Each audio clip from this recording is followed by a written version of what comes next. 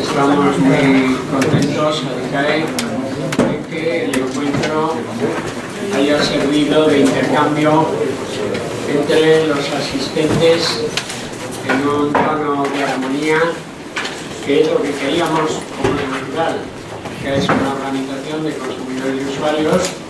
Llevamos ya muchos años, hemos trabajado con el Congreso de los Diputados, diversos grupos parlamentarios, hemos trabajado ya durante 20 años por lo menos, presentando siempre críticas, propuestas a las diversas legislaciones. Cuando algunos me preguntan por algunos materiales, yo les invito a que miren los archivos del grupo parlamentario que tendrán sobre cuestiones hipotecarias, por supuesto sobre cláusula suelo y sobre todos los temas que estamos tratando. Y si fuéramos a otro tipo de temas que supongo que hoy también saldrán como referencia, como los temas del ahorro en España, veréis que hemos tenido también propuestas, hemos estado en el primer plano y seguiremos estando porque los problemas del ahorro, preferentes, etcétera, siguen rodando todavía por decenas de miles en los juzgados. Podríamos decir, ¿se ha resuelto el 80%? Pues sí, pero seguramente queda un 20% de problemas por los juzgados del ahorro, a pesar de que están tan sentenciados, tan claramente sentenciados. Y claro, cuando hablamos del 20%, si había 1,5 millones aproximadamente de pólizas, de bonos, deuda subordinada, etcétera, pues saquemos el 20% y nos saldrán 300.000 ciudadanos por ahí por los juzgados, que es una cosa que no queríamos que se produjera en las cláusulas suelo tampoco, es decir, que se resuelva el problema en el 80% y quede por ahí un 20% de ciudadanos que a lo mejor podrían ser 300.000, 400.000 que no han resuelto su problema. Entonces, yo creo que es un fondo, pero hoy queremos agradecer a los grupos parlamentarios, prácticamente estáis todos. Queremos agradecer vuestra atención. Creo que esto, yo presumiré de que la sociedad civil invita a los grupos parlamentarios, el resto lo hacéis muchas veces, vosotros nos habéis invitado a nosotros mismos, a otras muchas organizaciones de todo tipo, pero esta vez no sé si es la primera vez que una organización social le pide a los grupos parlamentarios una audición. Esto sería una audición y ninguna otra cosa. No tenemos ni se nos ocurre pensar que nosotros mandamos en el Congreso de los Diputados ni somos legisladores ni tomamos la iniciativa, como tomar la iniciativa legislativa popular, que es la única que puede tomar los ciudadanos. Ya sabemos que eso tiene también muchos problemas. O sea que hoy queríamos profundizar. El decreto está aprobado, convalidado y en marcha. Esperemos que en feliz marcha. Hoy han llegado ayer la decisión del gobierno de impulsar a Bankia y a Mare Nostrum a aplicar el decreto, no mucho más que el decreto, es decir, a decir lo que, por ejemplo, Adicae hubiera querido que fuera el decreto. Pero nos pareció muy bien lo que se hizo ayer y nos parece muy bien lo que ha pasado hoy, y es que en una especie de efecto dominó parece que 4 bancos dicen vamos a hacer lo mismo. Bueno, veremos. La función de las asociaciones de consumidores será velar porque, existiendo ya la legislación aprobada, se cumpla de verdad y no quede ese 20% que decíamos de ciudadanos por ahí, y que una vez que el problema más fuerte, más escandaloso, más de alarma social se quite, más mediático, quedarán por ahí 200.000, ni 50.000, ni 5.000, quedarán todos, vinieran todos, y ahí venían las críticas que hicimos al decreto, o críticas que queríamos que fueran de otra manera, que no dejaran abierto al criterio de las entidades apreciar si eran o no abusivas sus cláusulas suelo, que creemos que solo es un punto de resistencia de algunas entidades que creo que venceremos. Y ahí, yo creo que también entre el Congreso de los Diputados y sobre todo las asociaciones de colectivos de comunidad de usuarios vamos a vencer esa resistencia.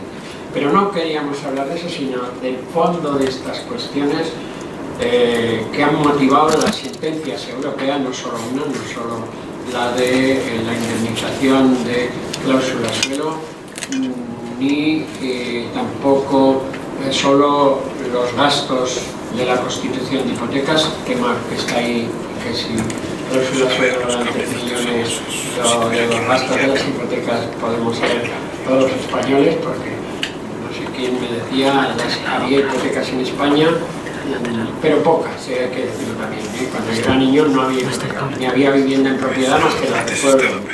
De pueblo, y los pueblos, claro, que tenían las familias una vivienda en propiedad. Es decir, la costumbre de la vivienda con hipoteca masivamente vino a partir de los años 60.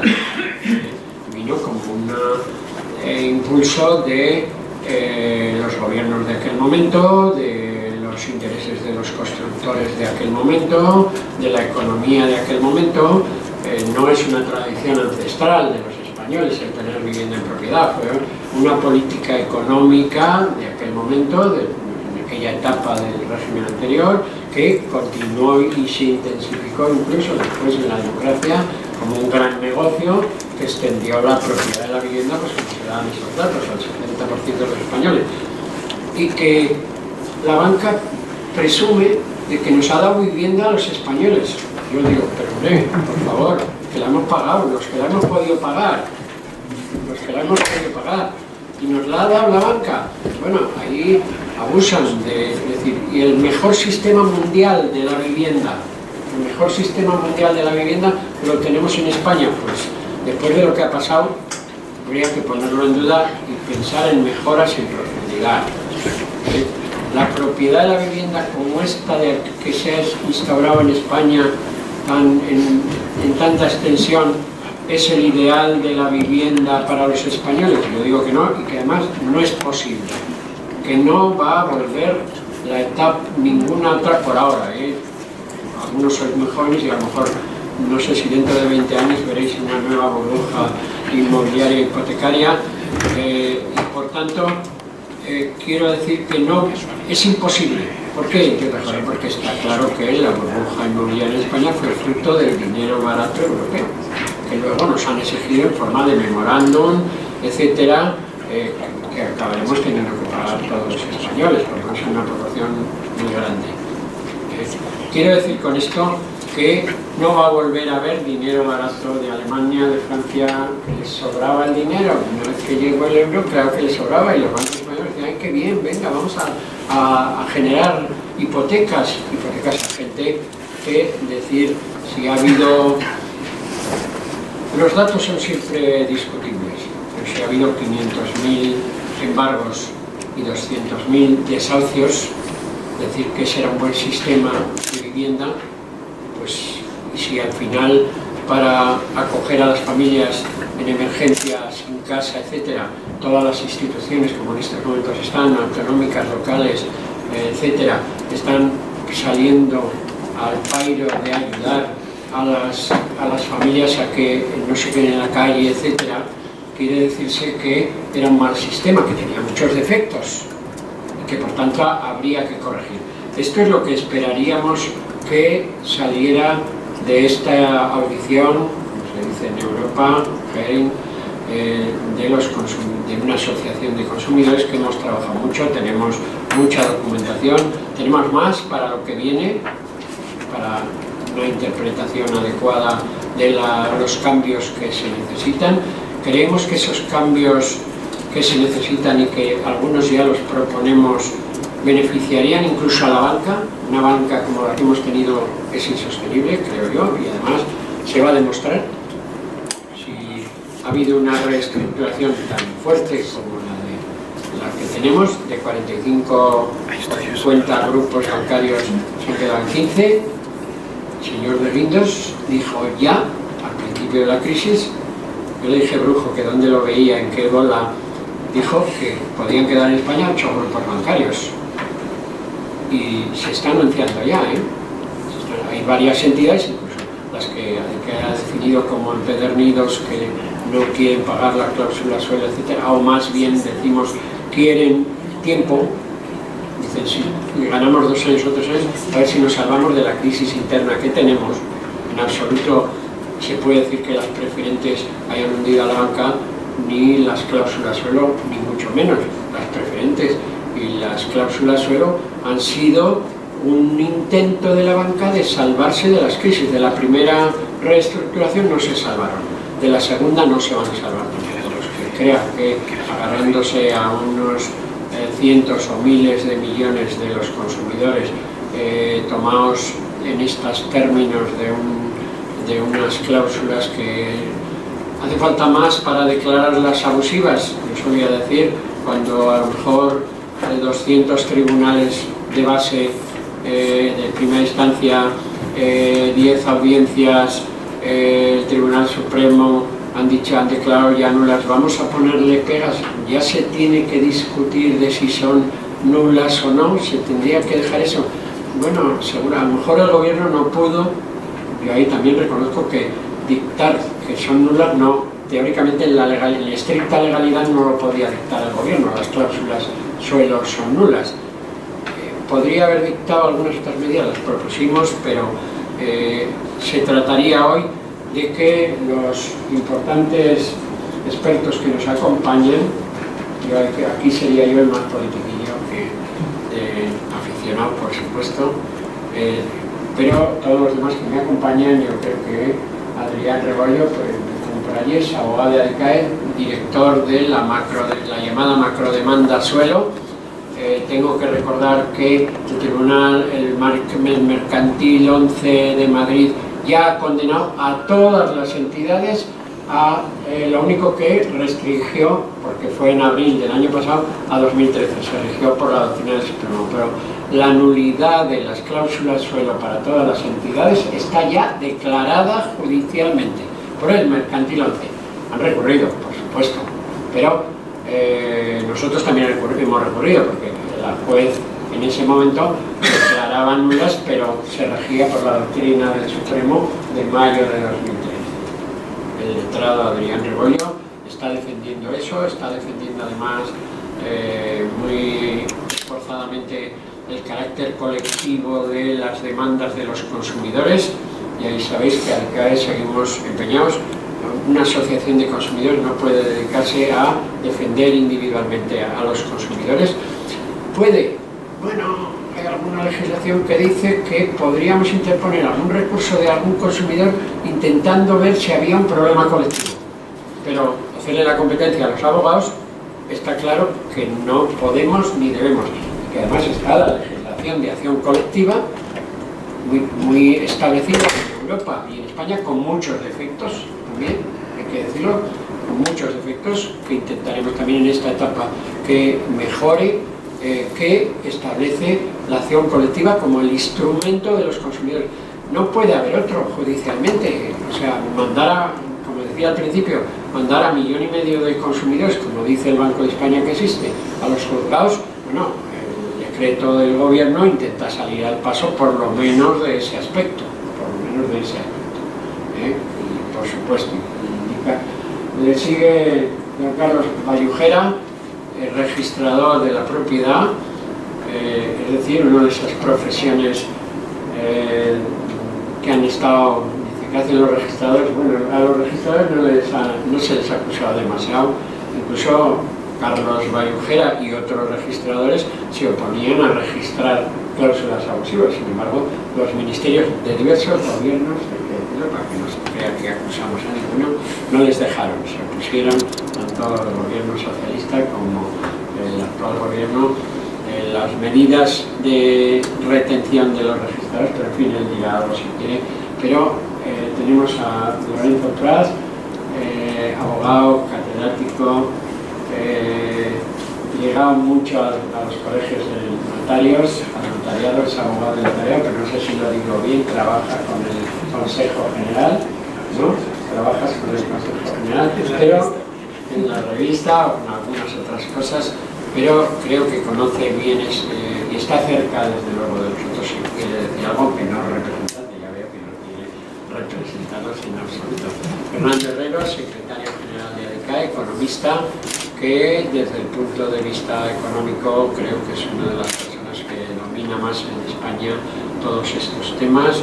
El magistrado Ruiz Lara de Barcelona, yo diría representativo de esos valientes magistrados que aún teniendo al Supremo, no digo en contra porque hay que decirlo, el Supremo ha dictado medidas, la de vencimiento anticipado, perdón, la de los gastos de las hipotecas fue el Supremo, la nulidad de las cláusulas suelo la tenía que decretar y la decretó el Tribunal Supremo Español, no podía decretarlo Europa, no tiene esas funciones. Ahí en eso algunos, incluso algunos, gente preparada, cualificada se equivoca. La Unión Europea no podía ni debía, ni tenía esa competencia, fue el Tribunal Supremo y luego los jueces de audiencia o de primera, sobre todo de primera instancia, que incluso una vez establecida la sentencia de 21 de diciembre, les hemos visto lanzarse sin esperar a que el Supremo se pronunciara. Ya han anunciado hoy, por fin, nunca es tarde si la dicha es buena, el Supremo ha anunciado que el 15 de febrero, en sesión de plena, se pronunciará sobre rectificará su doctrina. Dijeron primero, el 21 de diciembre, al día siguiente nos dijeron que en 10 días les perdonamos las Navidades, pero después de Reyes nos dijeron la semana que viene. Bueno, ahora creo que es ya anuncio oficial y es muy importante, hay que decirlo, porque en el momento que el Supremo rectifique esa doctrina, supongo que a todos los tribunales y audiencias la nulidad está ya muy declarada, y eso de que puede haber alguna excepción a la nulidad, bueno, alguna puede haber. ¿Cuál? Y ahí yo pongo un ejemplo. El señor Olío de Sabadell dice, es que me vino un notario y un abogado, me vinieron a pedir la cláusula suelo. Claro, dices, que no dice Olío, que no están informados. Que no están informados. Bueno, pues yo le contesto al señor Olío y a esas entidades. Yo creo que pudieron engañar, bueno, engañar no es la palabra adecuada. ¿Ves? El lenguaje nos lía muchas veces. No, engañar a un magistrado, a un abogado, a Fernando Herrero, no tiene hipoteca, sino que igual lo podían haber engañado, al secretario general de ADECAE, podían haberlo engañado. Y a Rafael Mayoral, que fue un abogado muy metido en toda la cuestión de los desahucios, creo que te podían haber engañado a ti y a mí. O, digo, la palabra no es engaño, podías haber caído, dice, te informan. Y ahí es donde viene el debate de hoy. Te informan, están una hora contigo y pueden demostrártelo, te lo han grabado. Dice, pues mire, yo no sabía los efectos reales, no podía, ni pensé en ese momento, ni lo podía comprender, los efectos reales de una cláusula como esa. La cláusula era abusiva, pero de eso hablarán todos este panel que tenemos, incluido el juez Ruiz Lara, y finalmente el Colegio de Abogados de Cataluña no han podido. Yo creo que en este sentido representaréis, casi les damos como representantes de todos los abogados. No han podido venir los del Colegio General, pero en fin, yo creo que todos sois abogados y colegios profesionales. En fin, ya lo explicarás como quieras, aunque no tengas la razón. Es decir, venimos a un debate de fondo, después a continuación daremos 10 minutos a cada uno de la mesa y a los grupos parlamentarios que queráis intervenir, también otros, y luego el debate más abierto para todos, el rato si queremos debatir, si no queda claras las cuestiones. Pues dicho esto, comenzaríamos por la izquierda. Adrián Rebollo nos hablará de esa demanda, macrodemanda, que tanto ha rodado y que está ahí en la audiencia, en estos momentos está en la audiencia de Madrid.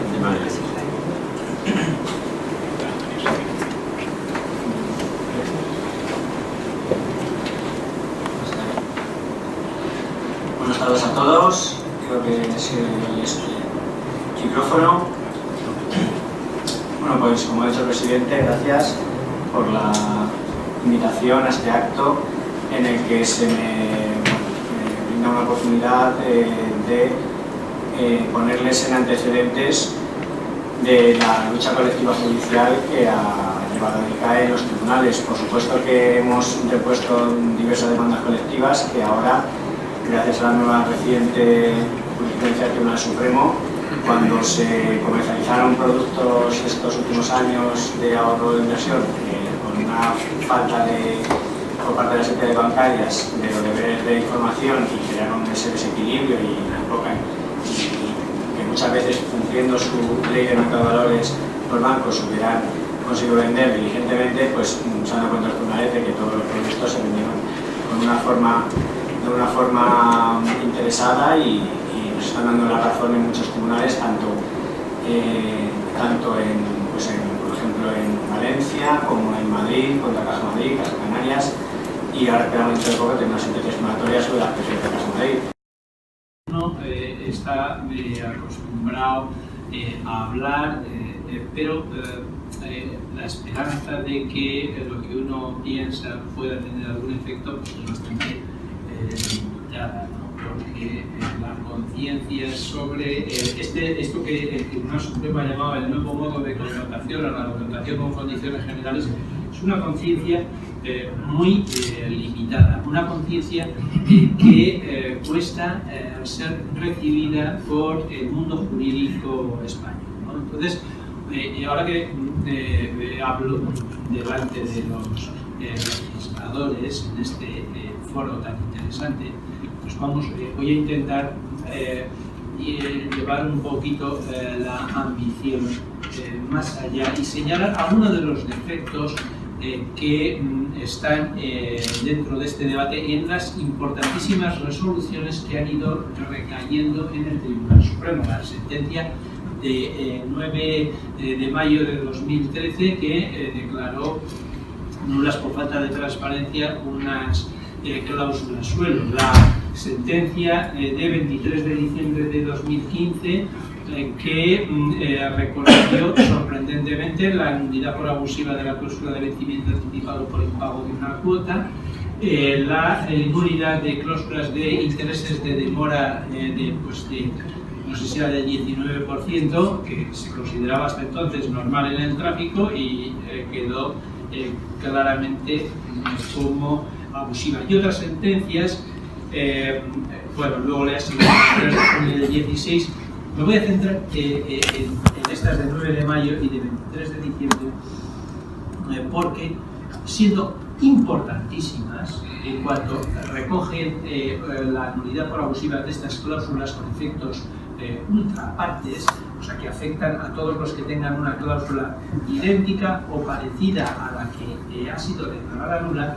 Sin embargo, tienen algunas sombras, ¿no? Concretamente, la de 23 de diciembre de 2015, el Tribunal Supremo anula una cláusula de intereses de demora del 19%, pero acto seguido integra la cláusula y dice que el banco, aunque el cliente esté en mora, puede cobrarle el interés remuneratorio. Eso es integración, y la integración a favor del predisponente, la integración a favor del banco en España está prohibida. Entonces, ¿cómo el Tribunal Supremo dicta una sentencia que ordena una integración prohibida? Yo no sé cómo, ¿no? Porque no es la primera vez que lo ha hecho, porque claro, es que la sentencia de 26 de enero de 2017 en la que, del Tribunal de Justicia, dice que la cláusula de vencimiento anticipado, si se ha declarado nula, no se puede en ese contrato declarar el vencimiento anticipado. Es que no hay cláusula de vencimiento anticipado. ¿Cómo se va a declarar el vencimiento anticipado?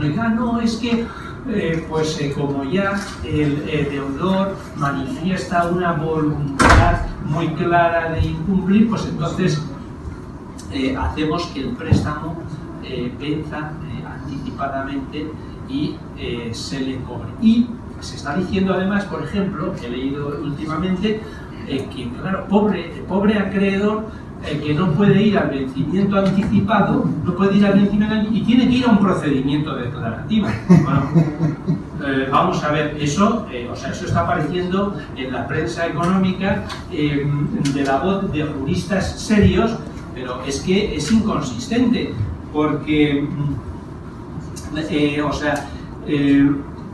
claro que puede ejecutar, el acreedor siempre podrá ejecutar la deuda por las cantidades que se le adeuden. Si el deudor ha dejado de pagar 10 cuotas y debe 1.500 euros o debe 3.000 euros, le podrán reclamar 3.000 euros, pero no 200.000, ¿no? Entonces, esto es uno de los elementos negativos en los que se está produciendo la integración. Claro, a lo mejor estamos aquí con el legislador y el legislador dirá, oiga, yo no puedo hacer nada que el Tribunal Supremo que cumpla la ley, ¿no? Porque es que la ley está vigente, es que el texto refundido de la Ley de los Consumidores, el artículo 65, dice que los contratos con consumidores se integrarán en beneficio del consumidor con la buena fe objetiva. Dice, en beneficio del consumidor. Es que en beneficio del predisponente, en beneficio del profesional, no se puede. Entonces, ya lo dice la ley. Entonces, ¿qué puede hacer el legislador si el Tribunal Supremo? Es que no sabe el Tribunal Supremo qué hay en el artículo 65. Pues hay el artículo 65, ¿no? Entonces, este es un defecto que tenía la sentencia de 23 de diciembre de 2015 y que ha tenido que venir el Tribunal de Justicia a llevárselo por delante el 26 de enero de este año, o sea, hace 4 días, ¿no? La sentencia de 23 de diciembre tenía otro problema, es el que comentaba de los intereses de demora, que ya esto arranca de otra sentencia del Tribunal Supremo de 22 de abril de 2015, en el que en un préstamo personal del Banco Central Hispano, Banco Santander Central Hispano, cobraban, me parece, el 18%, entonces, de intereses de demora. Entonces el Tribunal Supremo dijo, no, el interés de demora del 18% es nulo porque supera en más de 2 puntos el interés remuneratorio, adoptó el criterio de la mora procesal de la ley de enjuiciamiento civil, supera más de 2 puntos, entonces es nulo. Pero el banco puede cobrar el interés remuneratorio, o sea, en mora, ¿no? Cuando ya, entonces queda del 12%. Entonces, esa sentencia, digamos, claro, cuando estamos acostumbrados a oír el 29, el 23, y nos parecía tan bien, cuando declaran eso nulo, resulta que el banco sigue cobrando el 12%. No, el banco, si la cláusula es nula, en caso de demora es sorprendente, pero es que la nulidad de pleno derecho por violación de las normas de consumo, de la prohibición de cláusulas abusivas, es la nulidad más vigorosa que hay en el derecho español. Es que si te declaran nula la cláusula, no la puedes integrar, no puedes cobrar de mora. Es que resulta que el deudor está en mora y no paga ningún interés. Cierto, es que has puesto una cláusula abusiva de intereses de demora. Entonces, ¿el banco está inerme? Pues no está inerme, porque el banco puede hacer algo que forma parte de la filosofía del mercado, que es negociar. El banco puede renegociar el contrato, y esta sentencia de 22 de abril de 2015, a la que se le puede criticar por muchas cosas, hay que también decir que tiene una sentencia con pronunciamientos de gran importancia, porque dice: si el banco quiere renegociar la cláusula, quiere poner una cláusula a su favor en el contrato, lo puede hacer, pero tiene que darle al consumidor una contrapartida apreciable.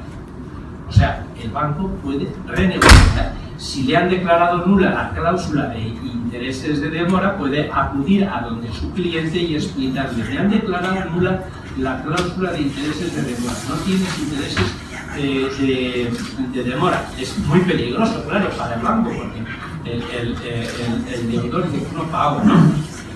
Carlos, tengo que avisar que tienes 2 minutos, pero prometo a todos los asistentes que vamos a enviaros artículos, etcétera, que tienen publicaciones de ADICAE. En estas dos creo que no hay de la lectura, pero Bueno, sí, bueno. Pero prometo, porque ya veis el interés técnico de un registrador, yo diría ilustrado y estudioso, que ha entrado en la defensa del consumidor, me parece que es algo encomiable. Prometo que llegarán tus doctrinas, a ver si puedes terminar. Pues sí, voy a terminar. Bueno, entonces he señalado estos defectos, ¿no? Que estas sentencias muy complejas, ¿no? Porque el 23 de diciembre, que la podemos criticar, pero claro que no termina en los positivos, es que el juez debía estar agotado ya de dejar las nulas cosas y de integrar, y de pronto dijo los gastos, todos nulos, ¿no? Y estamos en el fragor del debate que tuvimos, ¿no? Pero solamente ya terminar con la cuestión de la transparencia, ¿no? Porque es una cuestión que está ahora en el orden del día, y es algo que me gustaría, ya digo, para terminar, incidir en ello. Yo creo que la transparencia